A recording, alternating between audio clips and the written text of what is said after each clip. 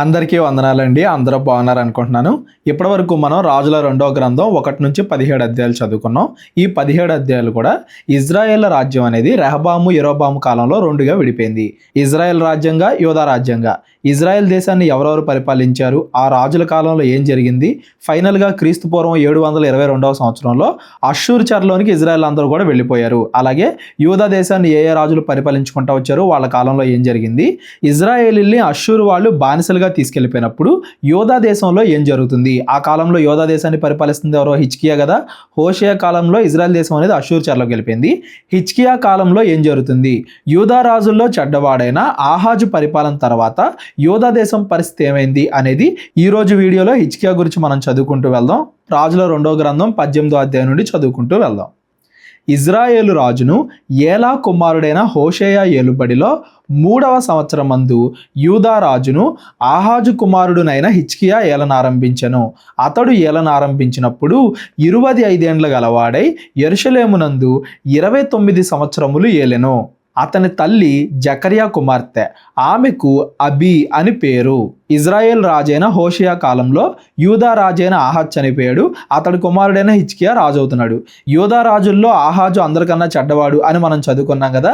హిజ్కియా యూదా రాజులందరిలో కల్లా మంచివాడు. తండ్రి చేసిన చెడ్డ క్రియలు చేయకుండా మంచిగా నడుచుకున్నాడు. ఒక రకంగా చెప్పాలంటే హిజ్కియా పాలన వల్లే అష్షూరు చెర నుండి యూదా దేశం తప్పించుకుంది అని కూడా మనం చెప్పొచ్చు. అష్షూరు వాళ్ళు ఇజ్రాయెల్ దేశాన్ని చెరగా పట్టుకెళ్ళిపోయారు, కానీ బానిసలుగా యూదా దేశాన్ని వాళ్ళు ఎందుకు జయించలేకపోయారు, హిజ్కియా యొక్క విశ్వాసం ఎంత బలంగా ఉంది అనేది కూడా ఈరోజు మనం చదువుకుంటూ వెళ్దాం. హిజ్కియా గురించి తన పితరుడైన దావీదు చేసినట్లు అతడు యెహోవా దృష్టికి పూర్ణముగా నీతిని అనుసరించెను. ఉన్నత స్థలములను కొట్టివేసి విగ్రహములను పడగొట్టి దేవతా స్తంభములను పడగొట్టి మోషే చేసిన ఇత్తడి సర్పమును చిన్న భిన్నములుగా చేసెను. దావీదు వలె నడుచుకున్నాడు, దావీదు వలె యెహోవా దృష్టికి నీతిమంతుడు అనే పదం మనకి చాలా తక్కువ సార్లు కనబడిద్ది. కానీ హిజ్కియా గురించి అలా రాశారు అంటే హిజ్కియా మంచివాడు, దేవుడి దృష్టికి నీతిని అనుసరించేవాడు, ధర్మశాస్త్ర ప్రకారంగా బ్రతికేవాడు అనేది మనకు అర్థం అవ్వాలి. యూదా రాజుల్లో చాలా మంది రాజులు ఉన్నారు, వాళ్ళలో కొంతమంది మంచి వాళ్ళు ఉన్నారు. విగ్రహారాధన చాలా వరకు ఆపిన వాళ్ళు ఉన్నారు. కానీ ఏ రాజు కూడా ఉన్నత స్థలాల్లో జరిగే అబద్ధ ఆరాధనని యూదా దేశంలో ఆపలేదు. ఆ కార్యాన్ని, ఆ గొప్ప కార్యాన్ని హిజ్కియా చేయగలిగాడు. విగ్రహారాధన తొలగించడం మాత్రమే కాదు, పూర్తిగా తొలగించాడు. ఇతడు మంచివాడు అనేది మనకు అర్థం అవ్వాలి. మోషే చేసిన ఇత్తడి సర్పం అంటే ఇజ్రాయేలీలు ఐగుప్తు బానిసత్వం నుండి విడిపింపబడి అరణ్యం గుండా ప్రయాణం చేసేటప్పుడు మధ్యలో ఇజ్రాయెల్ చేసిన తప్పులకి చాలా సర్పాలు వచ్చి ఇజ్రాయెల్ని చంపివేశాయి. ఆ టైంలో దేవుడు మోషేకి ఒక ఇత్తడి సర్పాన్ని చేయమని ఆజ్ఞాపించాడు. ఆ ఇత్తడి సర్పాన్ని ఎవరైతే చూసి దేవుడు మమ్మల్ని రక్షిస్తాడు అని నమ్ముతారో వాళ్ళందరూ కూడా రక్షింపబడ్డారు. ఇవన్నీ కూడా మనం ధర్మశాస్త్రంలో చదువుకున్నాం. అయితే కాలం గడిచే కొద్దీ, అంటే రాజులు మారే కొద్దీ మధ్యలో కొంతమంది విగ్రహారాధన కూడా తీసుకురావడం వల్ల యూదా దేశ ప్రజలకి, యూదా దేశంలో ఉన్న ఇజ్రాయెల్ ప్రజలకి నిజంగా దేవుడి లక్షణాలు ఎలా ఉంటాయి అని తెలియక దేవుడు వాళ్ళని కాపాడడానికి ఉపయోగించిన ఇత్తడి సర్పాన్ని ఒక విగ్రహంగా మార్చేశారు. ఆ ఇత్తడి సర్పాన్ని పూజించడం, దాన్ని కూడా దేవుడిలాగా భావించడం, ఇలా చేయడం మొదలుపెట్టారు ప్రజలు. కాబట్టి హిజ్కియా ఏం చేశాడు, ఆ ఇత్తడి సర్పాన్ని కూడా చిన్న భిన్నాలుగా చేశాడు. ఇక్కడ మనకి హిజ్కియా యొక్క నిజమైన విశ్వాసం అర్థం కావాలి. నిజమైన విశ్వాసులు ఎవరో కూడా దేవుడు ఏ ఉద్దేశంతో అయితే ధర్మశాస్త్రాన్ని రాశాడో దాని భావాన్ని అర్థం చేసుకుంటారు. అబద్ధ క్రైస్తవులు కానీ అబద్ధ విశ్వాసులు ఏం చేస్తారంటే దాని భావాన్ని గమనించకుండా ఇదిగో ఇత్తడి సర్పాన్ని పూజించడం, ఇట్లాగా విగ్రహారాధన వైపు వెళ్ళిపోతారు. ఇత్తడి సర్పాన్ని దేవుడు చేయించడం వెనకాల ఉద్దేశం ఇత్తడి సర్పానికి మొక్కమని కాదు. ఏ పాపం వల్ల అయితే జనాలు చనిపోతున్నారో ఆ పాపాన్ని దేవుడు సిలువేస్తాడు, ఆ పాపాన్ని దేవుడు సిలువేస్తాడు అని ఎవరెవరైతే నమ్ముతారో వాళ్ళ విశ్వాసాన్ని బట్టి వాళ్ళు రక్షింపబడతారు అని. ఇక్కడ మన రక్షణ అనేది మన విశ్వాసం మీద ఆధారపడి ఉంది, కానీ ఇత్తడి సర్పం మీద కాదు. కొత్త నిబంధనలో ఆ ఇత్తడి సర్పానికి పరిపూర్ణతగా యేసుక్రీస్తు వారు వచ్చారు, యేసుక్రీస్తు వారు సిలువ వేయబడ్డారని మనం చదువుకుంటాం. యేసుక్రీస్తు వారి సిలువ మరణం వల్ల మనం రక్షింపబడతాము అంటే మన విశ్వాసం వల్ల మనం రక్షింపబడతాం. విశ్వాసం లేకుండా యేసుక్రీస్తు వారిని సిలువను నమ్ముకున్నా, విశ్వాసం లేకుండా బాప్తిసం తీసుకున్నా, విశ్వాసం లేకుండా సిలువ బొమ్మ మెల్ల వేసుకుని తిరిగినా వాటి వల్ల మనం రక్షింపబడం. సిలువని విగ్రహంగా మనం మార్చకూడదు, దాని వెనకాల ఉండే భావాన్ని మనం గమనించాలి. ఇత్తడి సర్పాన్ని విగ్రహంగా మార్చకూడదు, దాని వెనకాల ఉండే భావాన్ని గమనించాలి.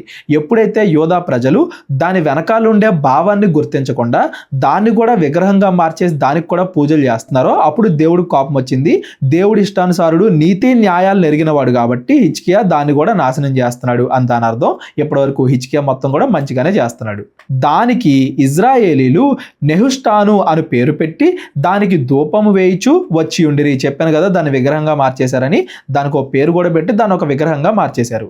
అతడు ఇజ్రాయేళ్ల దేవుడైన యెహోవా యందు విశ్వాసం ఉంచిన వాడు. దేవుడి యందు విశ్వాసం ఉంచాలి, అంతేగాని అదే దేవుడి పేరు పెట్టుకొని ఆయన చెప్పని విషయాలు అంటే అబద్ధంగా ఆరాధన చేయకూడదు అనేది మనం గమనించాలి. అతని తర్వాత వచ్చిన యూదా రాజుల్లోనూ అతని పూర్వీకులైన రాజుల్లోనూ అతనితో సమమైన వాడు ఒకడును లేడు. అతనితో సమమైన వాడు అంటే మనం మాట్లాడుకున్నాం కదా, విగ్రహారాధనని చాలా మంది యూదా రాజులు వ్యతిరేకించారు. యెహోషాపాతు గాని, ఆసా గాని, యోవాషు గాని వీళ్ళందరూ విగ్రహారాధన ఆపారు, కానీ పూర్తిగా ఆపలేకపోయారు. ఉన్నత స్థలాల్లో ఉన్న వాటిని ఆపలేకపోయారు. కానీ హిజ్కియా మాత్రం ఉన్నత స్థలాల్లో కూడా యూదా దేశంలో ఎక్కడెక్కడ విగ్రహారాధన జరుగుతుందో వాటన్నిటినీ కూడా ఆపాడు అని దాని అర్థం. అందుకే సమమైన వాడు ఒకడును లేడు, మంచివాడు అని చెప్పబడింది. అతడు యెహోవాతో హత్తుకొని ఆయనను వెంబడించుటలో వెనుక తీయక ఆయన మోషేకు ఆజ్ఞాపించిన ఆజ్ఞలన్నింటినీ గైకొనుచూ ఉండెను. ధర్మశాస్త్ర ప్రకారంగా నడుచుకోవడమే నిజంగా దేవుణ్ణి ప్రేమించడం. దేవుణ్ణి ప్రేమిస్తున్నాను అని చెప్పి ఆయన చెప్పిన ధర్మశాస్త్రానికి వ్యతిరేకంగా నడుచుకుంటే మనం నిజమైన విశ్వాసులు అవ్వం. దేవుడిచ్చిన ఆజ్ఞల ప్రకారంగా నడుచుకుంటేనే మనం నిజమైన విశ్వాసులు అవుతాం. కావున యెహోవా అతనికి తోడుగా ఉండెను. దేవుడిచ్చిన ఆజ్ఞల ప్రకారంగా నడుచుకుంటున్నాడు కాబట్టి దేవుడు అతనికి తోడుగా ఉన్నాడు. మొదట మనం రాజ్యాన్ని నీతిని వెతికితే తర్వాత మనకు కావాల్సినన్ని దేవుడిస్తాడు అని దాని అర్థం. తాను వెళ్ళిన చోట నెల్లా అతడు జయం పొందెను. దేవుడు తోడుగా ఉంటున్నాడు కాబట్టి. అతడు అష్షూరు రాజునకు సేవ చేయకుండా అతని మీద తిరగబడెను. సేవ చేయకుండా అంటే వాళ్ళకి బంగారం ఇవ్వడం, వెండి ఇవ్వడం, యుద్ధాలు తప్పించుకోవడానికి అంతకుముందు రాజులు కూడా అంతే చేశారని మనం చదువుకున్నాం కదా. హోషేయ కూడా అలాగే చేశాడు, పెకహు కూడా అలాగే చేశాడు కదా. కానీ చిన్న రాజ్యం అయినప్పటికీ మీరు గమనించండి, ఆ కాలంలో యోధా రాజ్యం అయినా ఇజ్రాయెల్ రాజ్యం అన్నా అష్షూరు రాజ్యంతో పోలిస్తే చాలా చిన్న చిన్న రాజ్యాలు. చిన్న రాజ్యం అయినా కానీ అష్షూరు వంటి పెద్ద రాజ్యానికి భయపడట్లా. ఆహాజు అంత ముందు భయపడి అష్షూరుతో చేతులు కలిపి ఇజ్రాయెల్తో యుద్ధం చేశాడని కూడా మనం ముందు చదువుకున్నాం. హిజ్కియా మాత్రం పెద్ద రాజ్యం అనో, ఎక్కువ మంది సైన్యం అనో, యుద్ధం చేస్తే ఓడిపోతామనో దేనికి భయపడట్లేదు. దేవుడి మీదే విశ్వాసాన్ని కలిగి ఉన్నాడు అనేది మనకు అర్థం అవ్వాలి. ఎవరైనా కానీ అంత పెద్ద శత్రువు అష్షూరు వంటి పెద్ద రాజ్యాన్ని చూస్తే లొంగిపోతారు. యుద్ధం ఎందుకులే, యుద్ధం చేసినా ఓడిపోతామని చెప్పి లొంగిపోతారు. లేదా హోషేయ చేసినట్టుగా ఐగుప్తులతో సంబంధం పెట్టుకుంటారు. ఐగుప్తు కూడా పెద్ద రాజ్యం కదా, జయించొచ్చేమో అన్నట్టుగా అనుకుంటారు. లేదా వాళ్ళకి డబ్బు, వెండి, బంగారం ఇవన్నీ ఇచ్చి యుద్ధం నుండి తప్పించుకుంటారు. ఇవేవి చేయట్లేదు హిజ్కియా. హిజ్కియా ఏం చేస్తున్నాడు? కేవలం దేవుడి మీద విశ్వాసం ఉంచుతున్నాడు. దేవుడికి మాత్రమే సేవ చేస్తున్నాడు. దేవుడికి వ్యతిరేకంగా ఎవరైతే వస్తారో వాళ్ళందరి మీద కూడా తిరుగుబాటు చేస్తున్నాడు. మరియు గాజా పట్టణం వరకు, దాని సరిహద్దుల వరకు, కాపర్ల గుడిసెలందేమి, ప్రాకారము గల పట్టణములందేమి అంతటను అతడు ఫిలిస్తీన్లను ఓడించెను. ఏ యుద్ధానికి వెళ్ళినా కానీ దేవుడు హిజ్కియానే గెలిపిస్తున్నాడు. ఎందుకంటే హిజ్కియా విశ్వాసం కలిగి ఉన్నాడు కాబట్టి. ఈ అష్షూర్ గురించి మనం కింద ఇంకా మాట్లాడుకుందాం. అష్షూర్ రాజ్యానికి హిజ్కియాకి మధ్యలో జరిగిన సంభాషణ బాగుంటుంది, అది కూడా మనం చదువుకుంటూ వెళ్దాం. రాజైన హిజ్కియా ఏలుబడిలో 4వ సంవత్సరమందు ఇజ్రాయేలు రాజైన ఏలా కుమారుడగు హోషేయ ఏలుబడిలో 2వ సంవత్సరమందు అష్షూరు రాజైన షల్మనేసెరు షోమ్రోను పట్టణం మీదికి వచ్చి ముట్టడి వేసెను. 3 సంవత్సరములు పూర్తయిన తర్వాత అష్షూరీలు దాన్ని పట్టుకొనిరి. హిజ్కియా ఏలుబడిలో 6వ సంవత్సరమందు ఇజ్రాయేలు రాజైన హోషేయ ఏలుబడిలో 9వ సంవత్సరమందు షోమ్రోను పట్టణము పట్టబడెను. వీటన్నిటి గురించి కూడా నిన్నటి వీడియోలో మనం మాట్లాడుకున్నాం. అష్షూర్ చెరలోకి అసలు ఇజ్రాయెల్ దేశం ఎందుకు వెళ్ళిపోయింది, దేవుడు ఎందుకని ఇజ్రాయెల్ ప్రజలందరినీ కూడా శిక్షించాడు, ఎలా అష్షూర్ రాజ్యం ఇజ్రాయెల్ అందరినీ కూడా పాడు చేసింది, ఇవన్నీ కూడా నిన్నటి వీడియోలో మనం చదువుకున్నాం. ఒక పక్కన హిజ్కియా రాజుగా ఉన్నప్పుడు పక్కనే ఉన్న ఇజ్రాయెల్ దేశాన్ని అష్షూర్ రాజ్యం పూర్తిగా బానిసగా చేసుకుంది అనే విషయాన్ని ఇక్కడ గుర్తు చేస్తున్నారు. తమ దేవుడైన యెహోవా సెలవిచ్చిన మాట వినని వారై ఆయన నిబంధనకు, ఆయన సేవకుడైన మోషే ఆజ్ఞాపించిన దానంతటికి లోబడక అతిక్రమించి ఉండిరి. ఇజ్రాయేలీలు దేవుడి మాట వినలేదు. ఎంతమంది సేవకుల్ని, ఎంతమంది ప్రవక్తల్ని దేవుడు పంపించినా వాళ్ళ మాట వినలేదు. ఆయన ఆజ్ఞలను అతిక్రమించి నడిచారు కాబట్టి దేవుడు వాళ్ళందరినీ కూడా అష్షూరు రాజ్యానికి అప్పగించేశాడు. అష్షూరు రాజు ఇజ్రాయేలు వారిని అష్షూరు దేశంలోనికి తీసుకొని పోయి గోజాను నది దగ్గరనున్న హాలహు హాబోరు అను పట్టణముల్లోను మాదీల పట్టణములోను వారిని ఉంచెను. ఇవన్నీ కూడా మనం నిన్న చదువుకున్నాం కదా. ఇజ్రాయేలీల్ని అన్య జనాంగాలతో మిక్స్ చేశారు అష్షూరీలు, అందువల్లే ఇంకా ఇజ్రాయేలీలు పూర్తిగా అన్యుల్లో కలిసిపోయారు అని కూడా మనం నిన్న చదువుకున్నాం. అది ఇక్కడ మరలా గుర్తు చేస్తున్నారు. రాజైన హిజ్కియా ఏలుబడిలో 14వ సంవత్సరమందు అష్షూరు రాజైన సన్హెరీబు యూదా దేశమందున్న ప్రాకారములు గల పట్టణములన్నిటి మీదికి వచ్చి వాటిని పట్టుకొనగా, ఇప్పుడు అష్షూరు రాజు ఒక పక్కన ఇజ్రాయెల్ దేశాన్ని ఆక్రమించుకున్నారు కదా, ఇప్పుడు యూదా దేశాన్ని కూడా ఆక్రమించుకోవడానికి హిజ్కియా పరిపాలిస్తున్నాడు. ఆ టైంలో యూదా దేశాన్ని కూడా ఆక్రమించుకోవడానికి యూదా దేశం మీదకి యుద్ధానికి వస్తున్నారు. సరిహద్దులను ఆల్రెడీ పట్టుకున్నారు. యూదా రాజైన హిజ్కియా లాకీషు పట్టణం మందున్న అష్షూరు రాజునద్దకు దూతలను పంపి, నా వలన తప్పు వచ్చినది, నా యొద్ద నుండి తిరిగి నీవు వెళ్ళిపోయిన ఎడల నా మీద నీవు మోపిన దానిని నేను భరించుదును అని మనవి చేయగా, ముందైతే భయపడలేదు కానీ అష్షూరు రాజ్యానికి వాళ్ళు ఇంకా దగ్గరికి వచ్చేసరికి, సరిహద్దుల్ని ఆక్రమించుకుంటుండేసరికి భయపడిపోయి, అయ్యో తప్పైపోయింది, మీకు వ్యతిరేకంగా అయ్యాను నేను, మీరు వెళ్ళండి, మీరు ఎంత పన్ను కట్టమంటే అంత కడతా, ఎంత చెల్లించమంటే అంత కడతా, ఎంత భారం పంపినా కానీ నేను కడతా అని చెప్పి వాళ్ళకి వర్తమానం పంపాడు హిజ్కియా. ఇది హిజ్కియా యొక్క విశ్వాసంలో ఒక పరీక్షగా అనుకోవచ్చు. ఇక్కడ విశ్వాసంలో కొంచెం బలహీనపడి, అంటే కొంచెం భయపడి, ఎవరైనా కానీ భయపడతారు కదా, ఆ అష్షూరు రాజ్యం వచ్చేసరికి భయపడి హిజ్కియా ఇక్కడ విశ్వాసంలో కొంచెం బలహీనపడుతున్నాడు అనేది మనం జ్ఞాపకం పెట్టుకోవాలి. అష్షూరు రాజు యూదా రాజైన హిజ్కియాకు 600 మణుగుల వెండియు 60 మణుగుల బంగారమును జుల్మానాగా నియమించెను, అంటే అది కట్టండి ముందు అని చెప్పాడు. కావున హిజ్కియా యెహోవా మందిరమందును రాజనగర యందున పదార్థముల్లో కనబడిన వెండి అంతయు అతనికి ఇచ్చెను. మొత్తం అంతా గ్యాదర్ చేసి ఎంత ఇవ్వగలడో అంతా అష్షూరు రాజుకి ఇచ్చి తప్పించుకుంటున్నాడు. మరియు ఆ కాలమందు హిజ్కియా దేవాలయపు తలుపులకున్న బంగారమును తాను కట్టించిన స్తంభములకున్న బంగారమును తీయించి అష్షూరు రాజుకి ఇచ్చాను. అంత ముందేమో విగ్రహారాధన పోగొట్టాడు, ఇప్పుడు విశ్వాసంలో కొంచెం బలహీనపడ్డాడు కాబట్టి దేవుడి యొక్క దేవాలయం కొన్న తలుపుల్నే తీసేసి అష్షూరు రాజు నుండి తప్పించుకోవడానికి అష్షూరు రాజుకి ఇస్తున్నాడు. అంతటా అష్షూరు రాజు తర్తానును రబ్సారీసును రబ్షాకేను లాకీషు పట్టణము నుండి యెరూషలేమునందున్న రాజైన హిజ్కియా మీదికి బహు గొప్ప సమూహముతో పంపెను. అంతకుముందు అంత బంగారం వెండి ఇచ్చినా గానీ అష్షూరు రాజు మరలా తన సైనికుల్లో ముగ్గురిని పంపిస్తున్నాడు. యూదా దేశం మీదకి మరలా పంపిస్తున్నాడు. బంగారం తీసుకున్నాడు, అయినా కానీ యుద్ధానికి పంపిస్తున్నాడు మరలా. వారు యెరూషలేము మీదకి వచ్చి చాకిరేవు మార్గం మందున్న మెరక కొలను కాలువ యొద్ద ప్రవేశించి నిలిచి రాజును పిలవనంపగా హిల్కియా కుమారుడును గృహ నిర్వాహకుడు అయిన ఎల్యాకీమును శాస్త్రియగు షబ్నాను రాజ్యపు దస్తావేజుల మీదనున్న ఆసాపు కుమారుడైన యోవాహును వారి యొద్దకు పోయిరి. అష్షూరు వైపు నుండి ముగ్గురు వచ్చారు కదా సైనికులు, యోధా దేశం వైపు నుండి కూడా ముగ్గురు వెళ్తున్నారు వాళ్ళతో మాట్లాడడానికి. అప్పుడు రబ్షాకే వారితో ఇట్లా, నేను ఆ అష్షూరు సైనికుడు మాట్లాడుతున్నాడు, ఏమని, ఈ మాట హిజ్కియాతో తెలియజెప్పుడు, మీ రాజుకు చెప్పండి. ఏమని, మహారాజైన అష్షూరు రాజు సెలవిచ్చినదేమనగా, నీవు ఇలాగు చెప్పవలెను, నీవు నమ్ముకొను ఈ ఆశ్రయాస్పదము ఏ పాటి ప్రయోజనకారి. ఈ ఆశ్రయాస్పదం అంటే హిజ్కియా దేవుణ్ణి నమ్ముతున్నాడు కదా, యెహోవా దేవుణ్ణి. ఆ యెహోవా దేవుణ్ణి నమ్ముకుంటున్నావే, మీకేం ప్రయోజనం? ఆ యెహోవా దేవుడు మిమ్మల్ని ఎలా రక్షిస్తాడు? యుద్ధ విషయములో నీ యోచనను నీ బలమును వట్టి మాటలే. ఇదిగో మా అష్షూరు దేశాన్ని జయించగలిగే బలం మీ దగ్గర లేదు. అంతకుముందు ఏవో దేశాలను జయించవేమో, అవన్నీ ఎలా జరిగినాయో కూడా తెలియదు, కానీ మా అష్షూరు రాజ్యాన్ని మాత్రం నువ్వు జయించలేవు. మా అష్షూరు ముందు మీ దేవుడు నిలబడలేడు అన్నట్టుగా అతడు హేళన చేస్తున్నాడు. దేవుణ్ణి హేళన చేస్తున్నాడు, యోధా ప్రజల్ని హేళన చేస్తున్నాడు. ఎవరిని నమ్ముకొని నా మీద తిరుగుబాటు చేయుచున్నావు? ఇదిగో పూర్తిగా నాతో కలవట్లేదే, పూర్తిగా మీరు నాకు బానిసలుగా లొంగిపోవట్లేదే, బంగారం ఇచ్చేనా కానీ మీరు తప్పించుకున్నారు కానీ ఎందుకు నాకు లొంగిపోవట్లేదు? ఇప్పుడు నేను యుద్ధానికి వచ్చాను, ఈసారి కూడా మీరు నాకు బానిసలుగా అవ్వకుండా యుద్ధం చేద్దామనో బంగారం ఇద్దాం అనుకునో ఇలా అంటే కుదరదు అన్నట్టుగా మాట్లాడుతున్నారు. అంటే అష్షూరు రాజు ఇజ్రాయెల్ని ఎలా అయితే బానిసలుగా చేసుకున్నాడో యూదా దేశం మొత్తాన్ని కూడా అలాగే ఆక్రమించుకోవాలి, యోధా దేశంలో ఉన్నదంతా కూడా దోచుకోవాలి, యోధా ప్రజలందరినీ కూడా బానిసగా తీసుకెళ్ళాలి అనే ఉద్దేశంతో అష్షూరు రాజు ఉన్నాడు.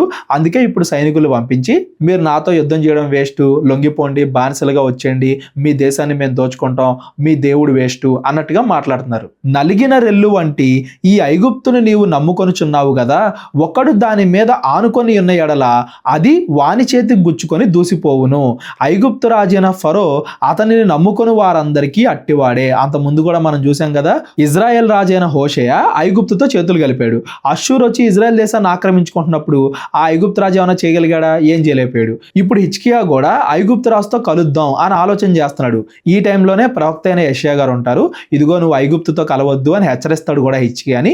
ఇవన్నీ కూడా మనం యెషయా గ్రంథం చదువుకునేటప్పుడు అక్కడ చదువుకుందాం.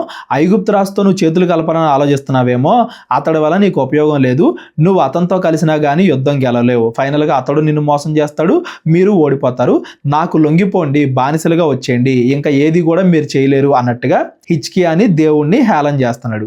మా దేవుడైన యెహోవాను మేము నమ్ముకొనుచున్నాము అని మీరు నాతో చెప్పుదురేమో, సరే యెరూషలేమందున్న ఈ బలిపీఠమునొద్ద మాత్రమే మీరు నమస్కారము చేయవలెనని యూదా వారికిని యెరూషలేము వారికిని ఆజ్ఞ ఇచ్చి హిజ్కియా ఎవని ఉన్నత స్థలములను బలిపీఠములను పడగొట్టెనో ఆయనే కదా యెహోవా. ఈ 22వ వచనంలో మనకు అర్థం అవ్వాల్సింది ఏంటంటే, అష్షూరు వాళ్ళు దేవుణ్ణి తప్పుగా ఊహించుకుంటున్నారు. వీళ్ళు ఏమనుకుంటున్నారు, అంతకుముందు హిజ్కియా యూదా దేశంలో విగ్రహారాధన ఆపాడు, ఉన్నత స్థలాల్లో ఉన్న విగ్రహారాధన, ఆ విగ్రహాలు బలిపీఠాలు అవన్నీ కూడా నాశనం చేశాడని చదువుకున్నాం కదా మనం పైన.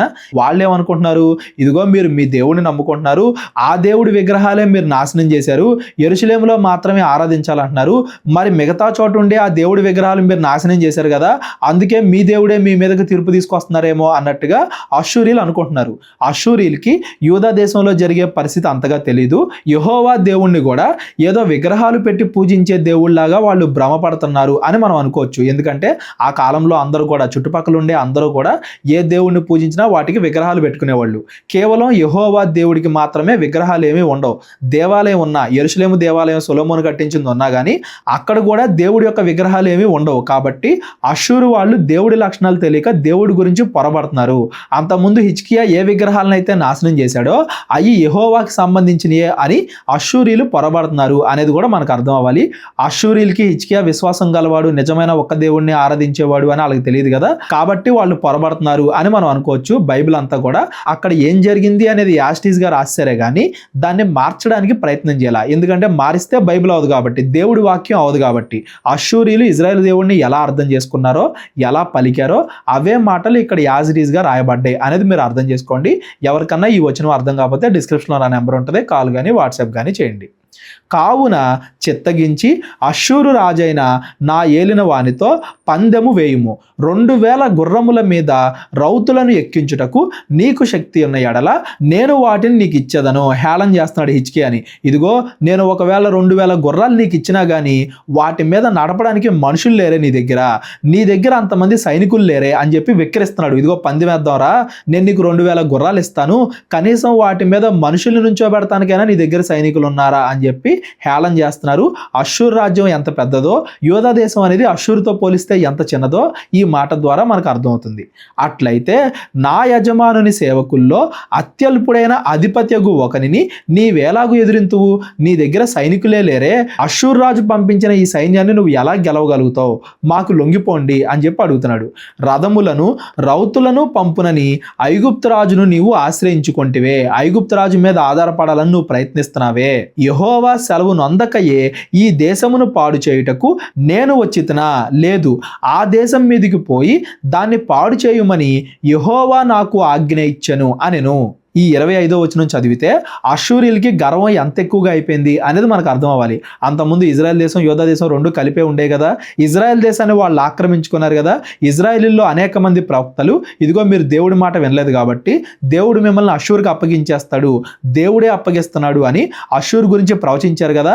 ఆ ప్రవచనాలన్నీ కూడా వీళ్ళు తప్పుగా అర్థం చేసుకుని ఏదో దేవుడు వీళ్ళకి మేలు చేస్తున్నట్టుగా ఆ గర్వాన్ని తలకెక్కించుకొని ఇదిగో దేవుడే మాకు అందరినీ అప్పగిస్తున్నాడు, మిమ్మల్ని కూడా మేము పాడు చేస్తాం, మా దేవుళ్ళు మా విగ్రహాలు మాత్రమే కాదు మీ దేవుడు కూడా మా వైపే ఉంటాడు అన్నట్టుగా గర్వంతో మాట్లాడుతున్నారు, గర్వం తలకెక్కించుకున్నారు, యెహోవా దేవుణ్ణి తప్పుగా అర్థం చేసుకుంటున్నారు అని మనకు అర్థం అవ్వాలి.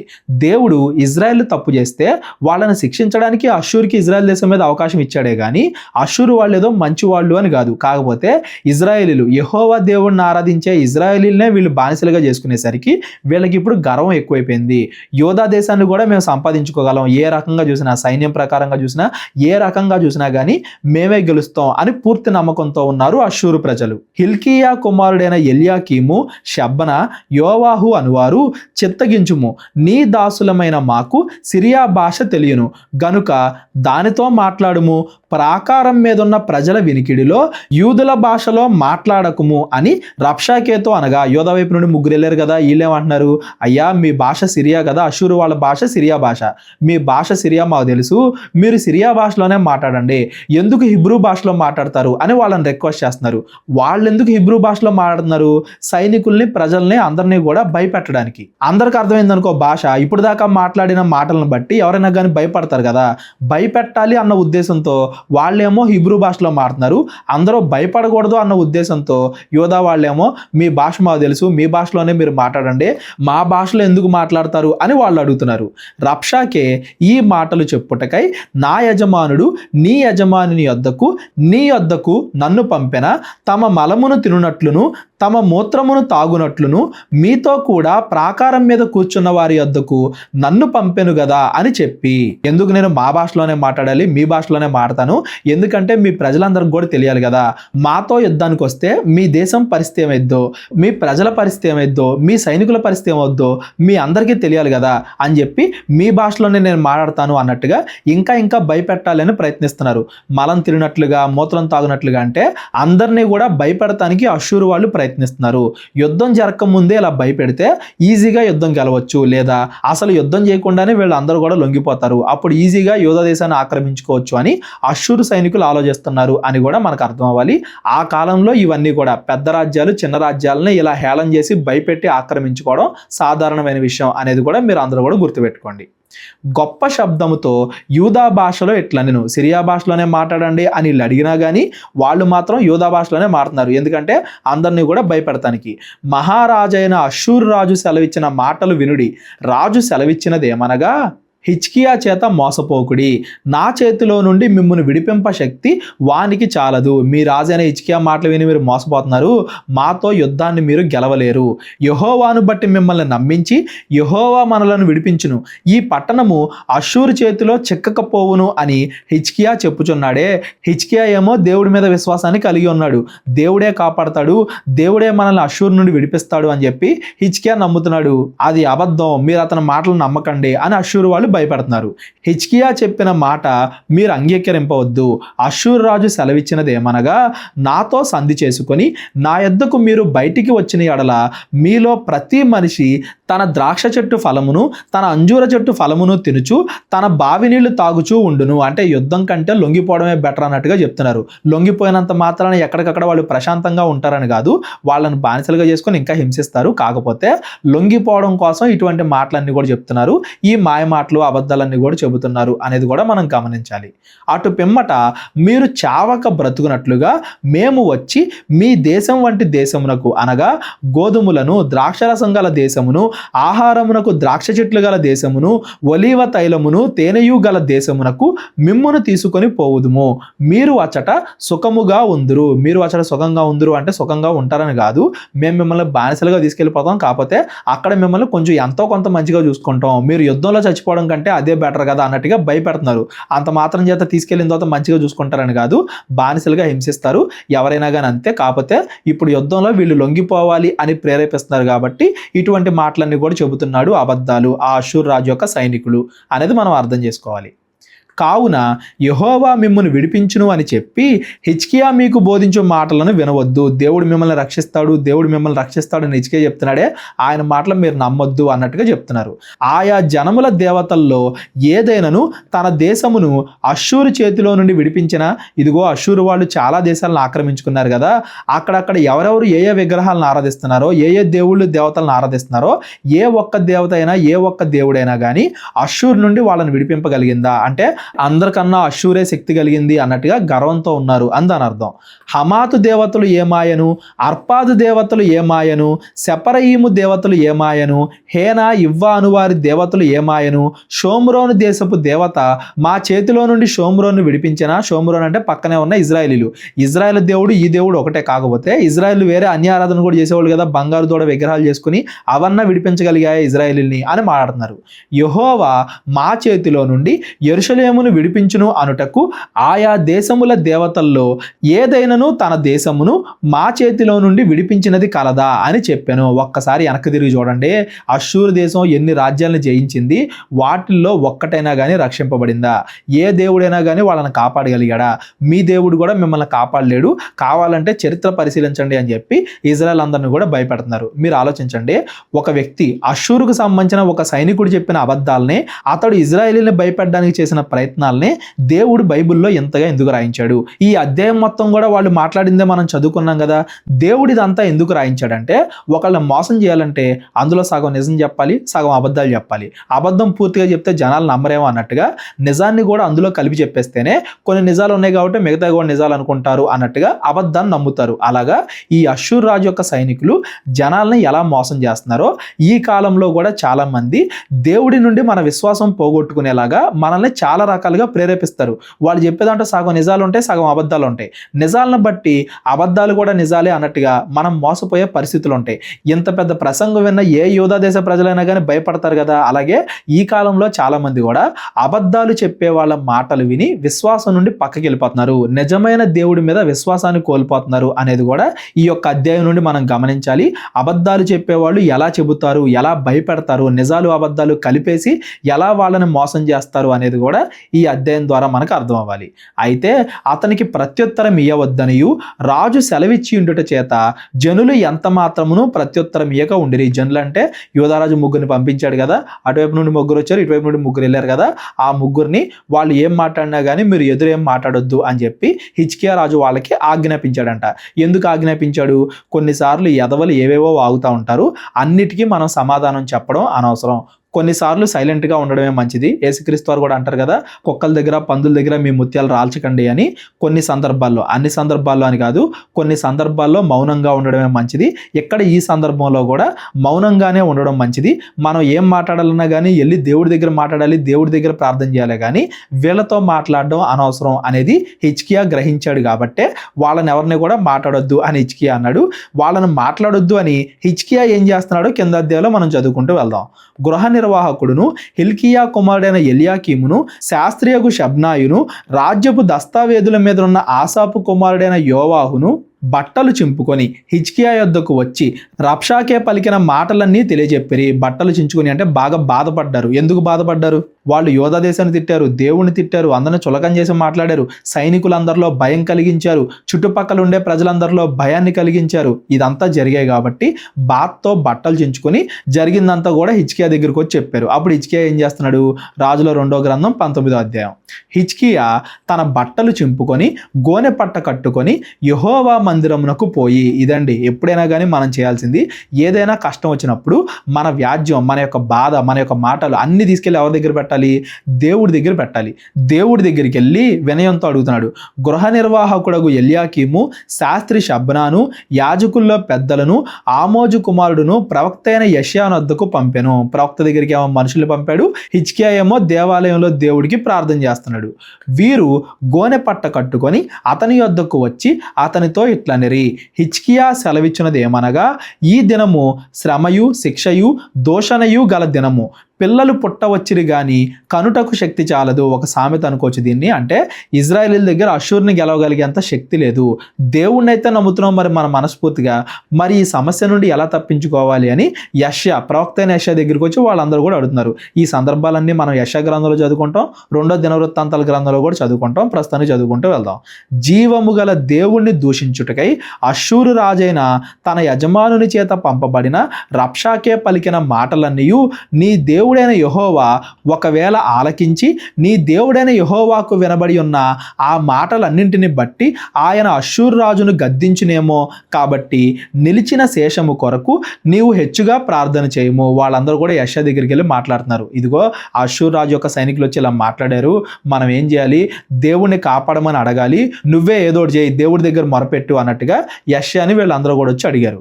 రాజైన హిజ్కియా సేవకులు యెషయా యొద్దకు రాగా యెషయా వారితో ఇట్లా నేను. అప్పుడు యెషయా చెప్తున్నాడు ఏమని, మీ యజమానునికి ఈ మాట తెలియజేయుడి. యజమానుడు అంటే హిజ్కియా దగ్గరికి వెళ్ళి చెప్పండి ఏమని, యెహోవా సెలవిచ్చినది ఏమనగా, అష్షూరు రాజు పనివారు నన్ను దూషింపగా నీవు వినిన మాటలకు భయపడవద్దు. వాళ్ళు ఏవేవో మాట్లాడారు నా గురించి, రాజ్యం గురించి, కానీ నువ్వు వాళ్ళన్న మాటలకి భయపడవద్దు. అతనిలో ఒక ఆత్మను నేను పుట్టింతును, అతడు వదంతి విని తన దేశమునకు వెళ్ళిపోవును, తన దేశమందు కత్తి చేత అతన్ని కూలజేయుదును.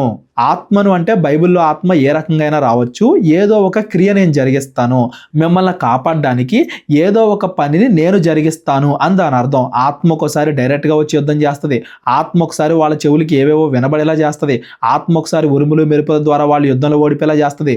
ఏ రకంగా జయించవచ్చు. మొత్తానికి దేవుడు ఒక ఆత్మను పంపిస్తాడు, యుద్ధం జరగకముందే దేవుడు యోధా దేశాన్ని కాపాడతాడు అని చెప్పి హిజ్కియాతో ప్రవక్త అయిన యెషయా చెప్పించాడు. అష్షూరు రాజు లాకీషు పట్టణమును విడిచి వెళ్ళి లిబ్నా మీద యుద్ధము చేయుచుండగా రబ్షాకే పోయి అతన్ని కలుసుకొనెను. అంతట కూషు రాజైన తిర్హాక తన మీద యుద్ధము చేయుటకు వచ్చెను అని అష్షూరు రాజునకు వినపడినప్పుడు అతడు ఇంకొకసారి హిజ్కియా యొద్దకు దూతలను పంపి ఈలాగు సెలవిచ్చెను. ఒక పక్కన వీళ్ళేమో యూదా దేశంతో యుద్ధం చేయాలి అనుకుంటున్నారు, ఇంకో పక్కన అష్షూరు రాజేమో వేరే యుద్ధాలు చేస్తున్నాడు, తన సేవకుల్ని పంపించి యూదా దేశాన్ని ఆక్రమించుకోమని చెప్పాడు. అయితే దేవుడు ఏం చేశాడు, వేరే రాజ్యాలు కూడా అష్షూరు మీద తిరగబడేలా చేశాడు. అలా అష్షూరు రాజు బిజీ అయిపోతున్నాడు కదా, యుద్ధం చేయడానికి నాకు సహాయం కావాలి అన్నట్టుగా యోధా దేశం మీదకి ఎవరైతే 3 సేవకులు వచ్చారో వాళ్ళను కూడా పిలుస్తున్నాడు అష్షూరు రాజు. ఇదిగో ఇక్కడ యుద్ధం చేయాలి, మీరు త్వరగా రండి, ఆ యోధా దేశం సంగతి ఏదోటి త్వరగా తేల్చి నాతో పాటు యుద్ధానికి రండి అని అష్షూరు రాజు ఏమో వీళ్ళని పిలుస్తున్నాడు. కాబట్టి వీళ్ళు మరలా హిజ్కియా యొక్క సైనికులతో మాట్లాడుతున్నారు ఏమని, యూదా రాజుకు హిజ్కియాతో ఈలాగు చెప్పుడి, యెరూషలేము అష్షూరు రాజు చేతికి అప్పగింపబడదు అని చెప్పి నీవు నమ్ముకొని ఉన్న నీ దేవుని చేత మోసపోకుము. ఇదిగో అష్షూరు రాజులు సకల దేశములను బొత్తిగా నశింపజేసిన సంగతి నీకు వినబడినది కదా, నీవు మాత్రము తప్పించుకొందువా. వాళ్ళేమో కంగారులో ఉన్నారు, ఎందుకంటే దేవుడు వేరే దేశాలను కూడా పంపిస్తున్నాడు కాబట్టి అష్షూరు మీదకి. త్వరగా అష్షూరు రాజు దగ్గరికి వెళ్ళిపోవాలి అని అష్షూరు సైనికులు అనుకుంటున్నారు. అందుకే మరలా చెప్తున్నారు, మరలా దేవుణ్ణి హేళన చేస్తున్నారు, మరలా లొంగిపోమని మరలా ప్రేరేపిస్తున్నారు. నా పితరులు నిర్మూలము చేసిన గోజాను వారు గాని, హారాను వారు గాని, రెజపులు గాని, తెలషారులో నుండిన ఎదెనీయులు గాని తమ దేవతల సహాయం వలన తప్పించుకొంటిరా. ఇప్పుడు దాకా ఎన్నో దేశాలను అష్షూరు ఆక్రమించుకుంది, ఎవరన్నా తప్పించుకోగలిగారా? హమాతు రాజు ఏమాయను, అర్పాదు రాజు, సెపర్వయీము, హేనా, యువ్వాను పట్టణముల రాజులు ఏమాయిరి. మరలా వేరే వేరే ఎగ్జాంపుల్ చెప్తున్నారు, మరలా భయపెట్టాలని చూస్తున్నారు. ఎంత ఫాస్ట్గా భయపెడితే యూదా దేశం అంత ఫాస్ట్గా వాళ్ళకి లొంగిపోద్ది అని వాళ్ళందరూ కూడా అనుకుంటున్నారు. హిజ్కియా దూతల చేతిలో నుండి ఆ ఉత్తరము తీసుకొని చదివి యెహోవా మందిరంలోనికి పోయి యెహోవా సన్నిధిని దాన్ని విప్పి పరిచి యెహోవా సన్నిధిని ఇట్లని ప్రార్థన చేశాను. అంతకుముందు చెప్పాడు కదా ప్రవక్త అయిన యెషయా, వాళ్ళందరూ కూడా వెళ్ళిపోతారు అని. వాళ్ళు ఇంకా వెళ్ళలేదు కదా, మరలా నన్ను బెదిరిస్తున్నారు కదా అని చెప్పి హిజ్కియా ఏమో దేవుడికి ప్రార్థన చేస్తున్నాడు. హిజ్కియాకి తెలియదు కదా వాళ్ళు అసలే కంగారులో ఉన్నారు, వేరే రాజు వచ్చి వాళ్ళ మీద పడుతున్నారు కాబట్టి వీళ్ళు త్వరగా వెళ్ళిపోవాలి అని కంగారులో ఉన్నారు అని హిజ్కియాకి తెలియదు కదా. అయితే దేవుడు వెనకాల పనిచేస్తానే ఉన్నాడు అని హిజ్కియాకి తెలియకపోయినప్పటికీ, యుద్ధం దగ్గరలోనే ఉన్నప్పటికీ హిజ్కియా మాత్రం తన విశ్వాసాన్ని కోల్పోకుండా దేవుడికి ప్రార్థన చేస్తున్నాడు. ఎప్పుడు మనం ఎంత పెద్ద కష్టంలో ఉన్నా కానీ అంతకన్నా పెద్ద సమస్యనైనా తీర్చగల దేవుడు ఒకడు ఉన్నాడు. ఆ దేవుడికి మనం ప్రార్థన చేస్తే దేని నుండైనా కానీ మనం తప్పించుకోగలం, దేని నుండైనా కానీ మనం రక్షింపబడగలం అని మనం నమ్మి దేవుడికి ప్రార్థన చేస్తే ఏదైనా సాధ్యమైద్ది అంటానికి ఈ హిజ్కియా యొక్క ప్రార్థన ఒక మంచి ఉదాహరణ. ఆ ప్రార్థన మొత్తం మనం చదువుకుంటూ వెళ్దాం. యెహోవా, కెరూబుల మధ్య నివసించుచున్న ఇజ్రాయేలు దేవా, భూమి ఆకాశములను కలుగజేసిన అద్వితీయ దేవా, నీవు లోకమందున్న సర్వరాజ్యములకు దేవుడివై ఉన్నావు. అష్షూరు రాజుల వలె మిగతా దేవుళ్ళు కూడా ఉన్నారు, వాళ్ళకంటే మా దేవుడు గొప్పవాడు అన్నట్టుగా అష్షూరు రాజు వలె ఎక్కువ దేవుళ్ళు నమ్ముకోట్ల హిజ్కియా. అసలు మిగతా దేవుళ్ళు ఎవరో కూడా లేరు, అవన్నీ కూడా కేవలం విగ్రహాలు. ప్రపంచానికి ఒకే ఒక్క దేవుడు ఉన్నాడు, ఆ ఒకే ఒక్క దేవుడు యెహోవా. భూమి ఆకాశములను కలుగజేసిన అద్వితీయ దేవ అంటే ఈ దేశాన్ని ఒక దేవుడు, ఆ దేశాన్ని ఒక దేవుడు అట్లా చేయలేదు కదా. ప్రపంచాన్ని, ఆకాశాన్ని మొత్తం అంతలను కూడా ఒకటే దేవుడు చేశాడు కదా. ఈ వీధికో దేవుడు, ఆ వీధికో దేవుడు, ఈ రాష్ట్రానికో దేవుడు, ఆ రాష్ట్రానికో దేవుడు, ఈ దేశానికో దేవుడు, వేరే దేశానికో దేవుడు అన్నట్టుగా ఉండదు కదా. ఏ దేవుడైతే సమస్త భూమిని కలిగించాడో ఆ దేవుడు ఒక్కడే దేవుడు, మిగిలినవన్నీ కూడా విగ్రహాలు. యెహోవా, చెవియొగ్గి ఆలకించుము, యెహోవా కన్నులు తెరిచి దృష్టించుము. జీవము గల దేవుడువైన నిన్ను దూషించుటకై సెన్హరీబు పంపిన వాని మాటలను చెవినబెట్టుము.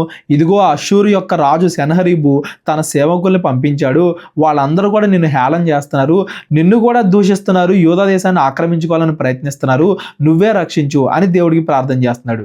యెహోవా అష్షూరు రాజులు ఆ జనములను వారి దేశములను పాడు చేసి వారి దేవతలను అగ్నిలో వేసినది నిజమే. అంతకుముందు వాళ్ళందరూ కూడా జయించారు నిజమే, చాలా రాజ్యాలను ఆక్రమించుకున్నారు నిజమే.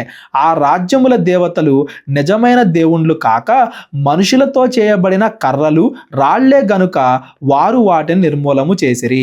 అంతకుముందు వాళ్ళు అన్ని దేశాలను ఆక్రమించుకోగలిగారు అంటే వాళ్ళెవరో కూడా నిజమైన దేవుణ్ణి ఆశ్రయించలేదు. ఇదిగో నేను నిన్ను ఆశ్రయిస్తున్నా, నేను నిన్ను రక్షణ అడుగుతున్నా, నువ్వు నిజమైన దేవుడు కాబట్టి నాకు సహాయం చేయి. వాళ్ళందరూ కూడా ఎందుకు నశించిపోయారంటే వాళ్ళందరూ కూడా నీకు విరోధంగా నడుచుకోవడం వల్ల.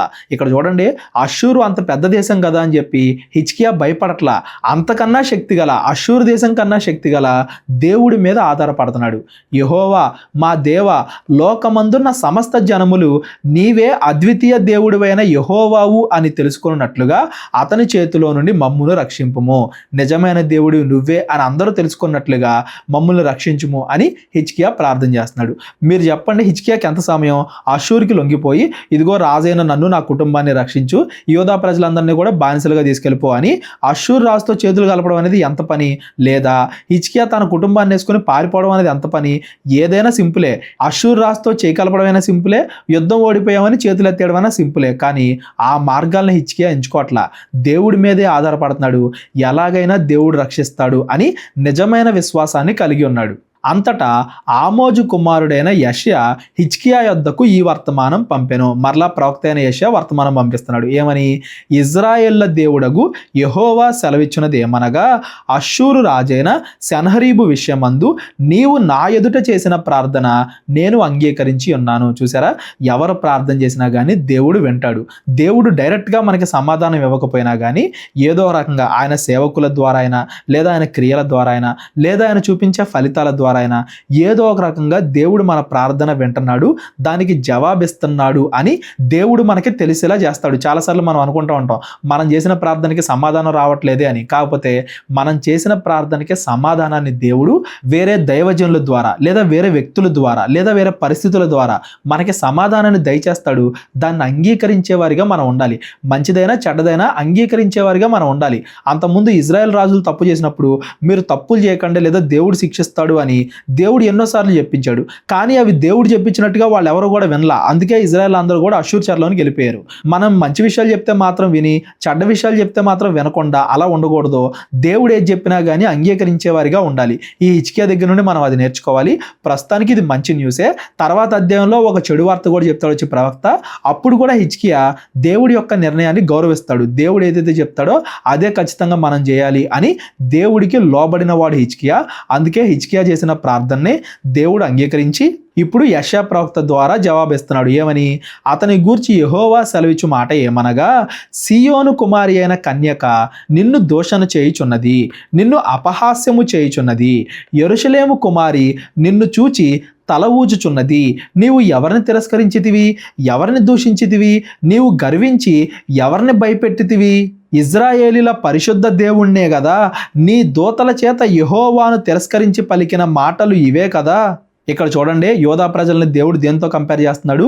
సీయోను కుమార్తె అయిన కన్యక, యెరూషలేము కుమారి. ఈ పదాలు ఏంటంటే ఇజ్రాయేలు ప్రజలు నా ప్రజలు, యూదా ప్రజలు నా ప్రజలు, యూదా గోత్రం. ఇజ్రాయేల్ ప్రజల్ని దేవుడు ఏర్పాటు చేసుకొని ఉన్నాడు. ఒకవేళ వాళ్ళు మంచిగా ఉంటే వాళ్ళని కాపాడే బాధ్యత దేవుడు తీసుకుంటాడు అని దాని అర్థం. భార్యాభర్తల మధ్యలో భర్త ఎలాగైతే భార్యను కాపాడతాడో అలాగా దేవుడు యూదా ప్రజల్ని కాపాడతాడు అన్న ఉద్దేశంతో సీయోను కుమారి అయిన కన్యక, యెరూషలేము కుమారి అంటే దేవుడు భర్త పొజిషన్లో ఉంటూ భర్తలైతే భార్యను కాపాడతాడో దేవుడు యూదా ప్రజలందరినీ కూడా కాపాడతాడు అని ఒక పోలికగా చెప్తున్నారు, ఒక ఉపమాన రూపంగా చెప్తున్నారు. ఇప్పుడు యూదా ప్రజలందరూ కూడా, అంటే యూదా దేశం తరపున దేవుడు అష్షూర్ని ద్వేషిస్తున్నాడు.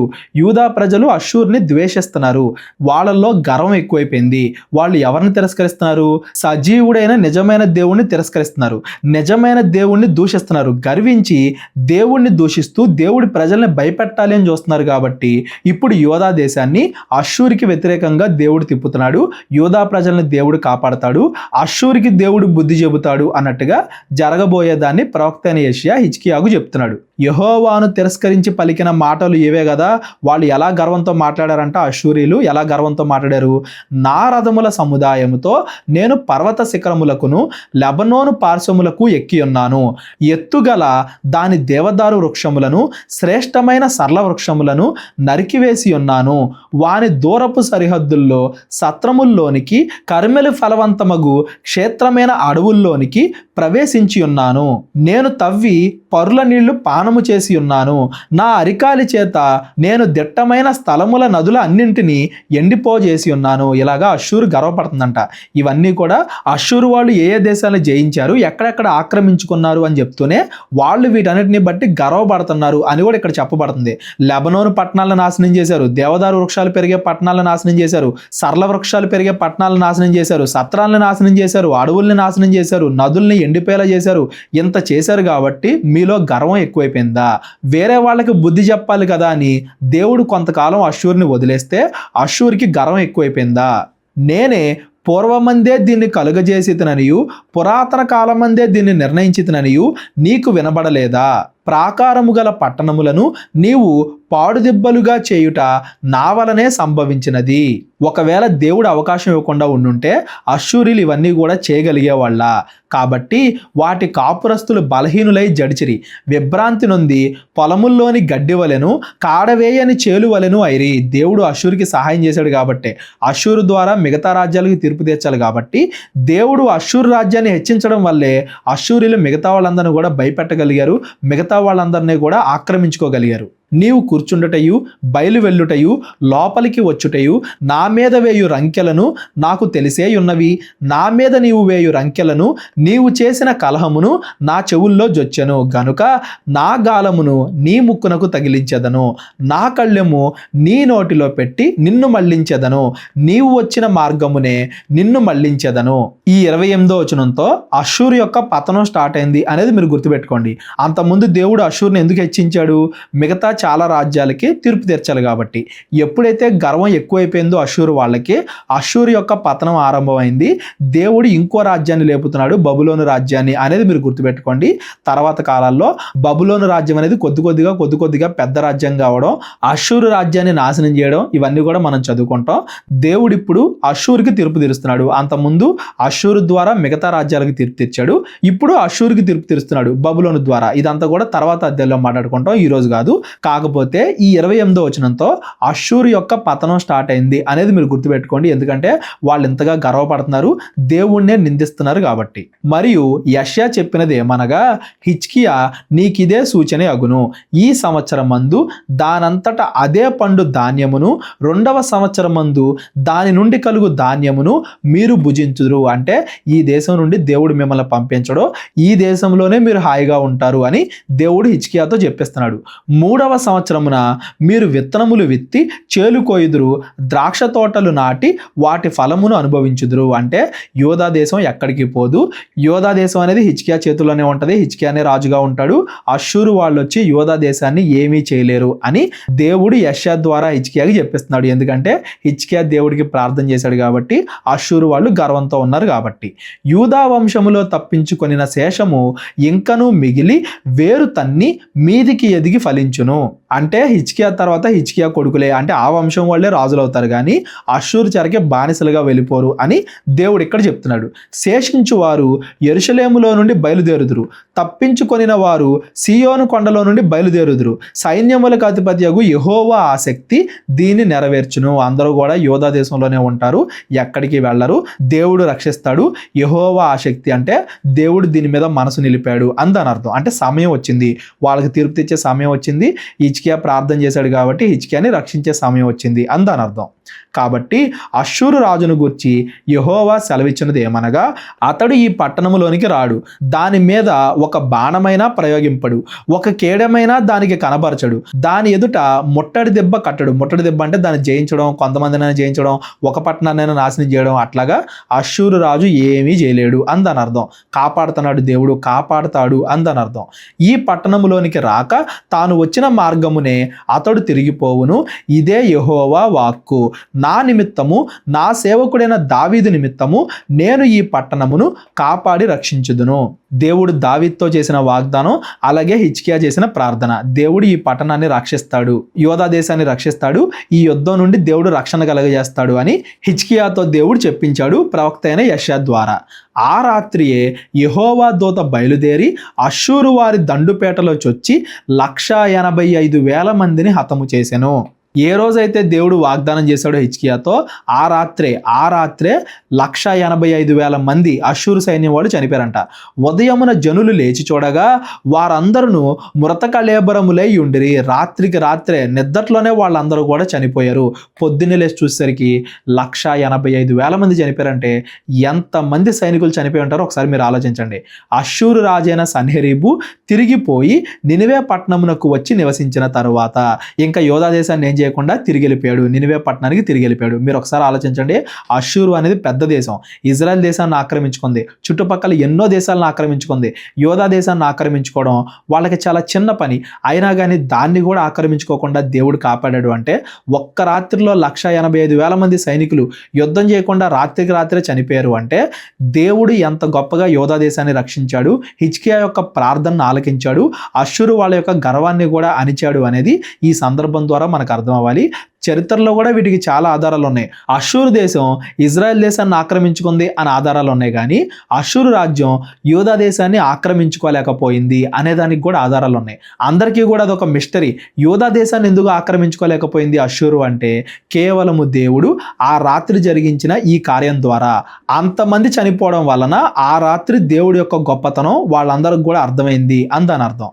అతడు నిక్రోకు అని తన దేవతా మందిరమునకు మొక్కుచుండగా అతని కుమారులైన అద్రెమ్మెలకును షెరెజరును ఖడ్గముతో అతన్ని చంపి అరారాతు దేశములోనికి తప్పించుకొని పోయిరి. తన కుమారులే తను చంపేశారు అష్షూరు రాజుని. అప్పుడు అతని కుమారుడైన ఏసర్హద్దోను అతనికి మారుగా రాజాయను. దేవుడు ఆ అష్షూరు రాజుని చంపించాడు. అష్షూరు రాజ్యం వచ్చి యోధా దేశం మీద యుద్ధం చేయకుండా ఆపాడు. దేవుడు యూదా దేశాన్ని రక్షించాడు. ఇప్పుడు అర్థమైందా? అంత పెద్ద అష్షూరు రాజ్యం ఇజ్రాయెల్ దేశాన్ని బానిసలుగా తీసుకెళ్లిపోయింది, కానీ జయించగలిగింది, కానీ యోధా దేశాన్ని ఎందుకు జయించలేకపోయింది అని దేవుడు దావీదుకి ఇచ్చిన వాగ్దానం, హిజ్కియా యొక్క ప్రార్థన, హిజ్కియా ఆ కాలంలో చేసిన పనులు, ఇవన్నీ కూడా యోధా దేశాన్ని ఆ కాలంలో రక్షించాయి అనేది మనం గమనించాలి. ఆ తర్వాత ఏం జరిగింది అనేది రాజుల 2వ గ్రంథం 20వ అధ్యాయం నుండి మనం చదువుకుందాం. రేపటి నుండి బబులోను యొక్క పునాదులు. హిజ్కియా కూడా మరలా చివరిలో కొంచెం గర్వం తెచ్చుకుంటాడు. దేవుడు మరలా అతనికి బుద్ధి చెబుతాడు. ఫ్యూచర్లో బబులోను రాజ్యం యోధా దేశాన్ని ఆక్రమించుకుంటుందని దేవుడు ప్రవచనం చెప్పిస్తాడు. యోధా రాజ్యం, యోధా రాజులు, వీళ్ళ సంగతి ఏమైంది ఇంకా అనేది మనం రేపొద్దు నుండి రాజుల 2వ గ్రంథం 20వ అధ్యాయం నుండి మనం రేపొద్దున చదువుకుందాం. ఈ రోజు చదువుకున్నంత వరకు ఈ 18, 19 అధ్యాయాల్లో ఎవరికైనా ఏదైనా అర్థం కాకపోతే డిస్క్రిప్షన్లో నా నెంబర్ ఉంటుంది, కాల్ కానీ వాట్సాప్ కానీ చేయండి. మా పరిచర్య గురించి ప్రార్థించండి. ప్రేరేపణ కలిగిన వాళ్ళు మీ కానుకల ద్వారా మమ్మల్ని బలపరచండి. అందరికీ వందనాలు. దేవుడు మిమ్మల్ని అందరినీ కూడా దీవించి ఆశీర్వదించునుగాక. అందరికీ వందనాలండి. కేవలం 30 వీడియోస్లో బైబిల్ నేర్చుకోండి అనే ఎంతో విలువైన ఈ కోర్స్ జస్ట్ ₹1 మీకు కావాలి అంటే మీ పేరు, మీ ఊరు ఈ నెంబర్కి వాట్సాప్ చేయండి. ఈ కోర్సులో ఏ విషయాలు ఉంటాయో ముందుగానే తెలుసుకోవడానికి ఈ వీడియో పాస్ చేసి టాపిక్స్ అన్నీ చదువుకోండి. క్రైస్తవులందరూ ఈ బైబిల్ కోర్స్ వినాలి అని మేము కోరుకుంటున్నాం. అందరినీ దేవుడు దీవించునుగాక. ఆమెన్.